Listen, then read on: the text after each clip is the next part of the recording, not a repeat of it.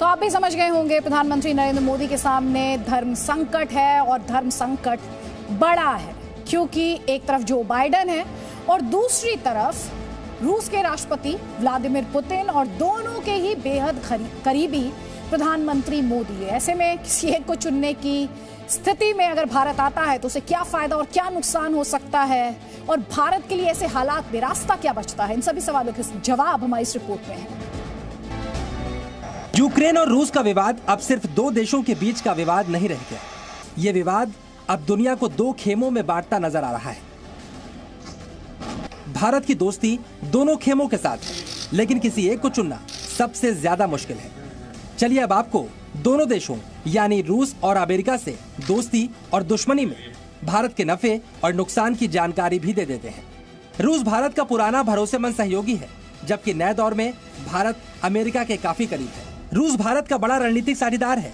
वहीं हाल के दिनों में भारत ने अमेरिका से सबसे ज्यादा हथियार खरीदे हैं।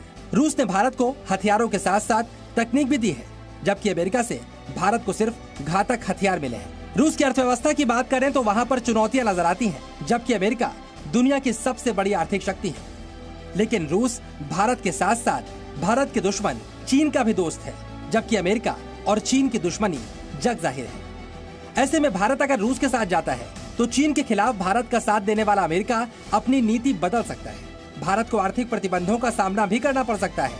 वहीं अगर भारत खुलकर अमेरिका का समर्थन करता है तो रूस नाराज हो जाएगा और रूस के पाकिस्तान के पाले में जाने का भी खतरा है। अगर हम अमेरिका के साथ जाने के लिए ज्यादा खड़े हुए तो रशिया के साथ जो हमारी मिलिट्री खास करके कोऑपरेशन है, S-400 जैसे आने हैं या जो भी और कहिए, वो खटासे पड़ जाएंगे।